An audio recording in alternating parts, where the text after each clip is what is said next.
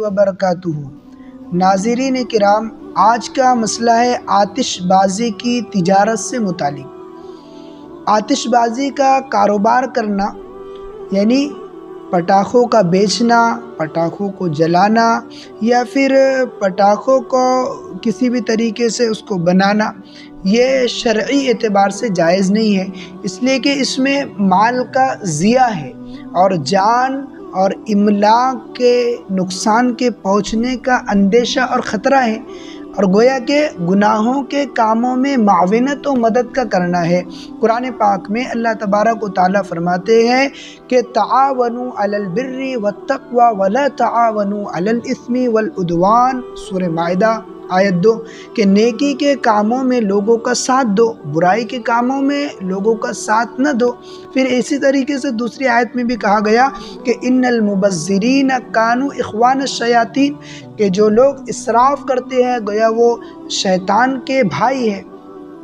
پھر حدیث پاک کے اندر بھی فرمایا گیا کہ کرہ لکم، کہ تمہارے لیے وہ بات ناپسند کی گئی ہے، کیلا وقال، کہ تم کیل و کال کرو۔ زیادہ تر آدمی کیل و کال کرتے رہتا ہے، سوالات کرتے رہتا ہے، بیجا پوچھتے رہتا ہے۔ وکثرت السؤال واتلاف المال وکثرت السؤال، اور مال کو ضائع کرنے کو تمہارے لیے ناپسند کیا گیا ہے۔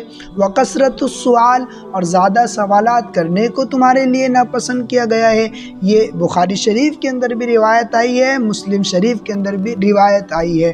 اسی طریقے سے علامہ عابدین رحمۃ اللہ علیہ شامی کے اندر فرماتے ہیں کہ ہر وہ چیز کل ما فیہ اتلاف المال بغیر فائدۃ فہو حرام، ہر وہ چیز جو بغیر ضرورت کے ہو تو اس کے اندر مال لگایا جا رہا ہو تو گویا وہ حرام ہے، وہ ضائع جس کے اندر مال کیا جا رہا ہے تو وہ جائز نہیں ہے۔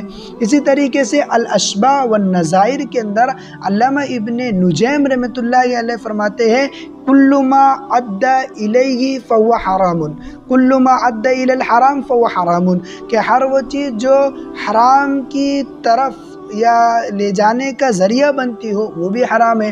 تو گویا یہ گناہوں کی طرف لے جانے کا ایک ذریعہ ہے۔ تو پٹاخوں کا بنانا، پٹاخوں کا بیچنا یا اس کا کاروبار کرنا یا اس کو جلانا، یہ سب کے سب شرعی اعتبار سے ناجائز ہے۔ اسی طریقے سے فتوی عالمگیری کے اندر ہے، فتوی دارالعلوم دیوبند کے اندر ہے، اس کو ناجائز قرار دیا گیا ہے۔ اللہ تبارک و تعالی عمل کی توفیق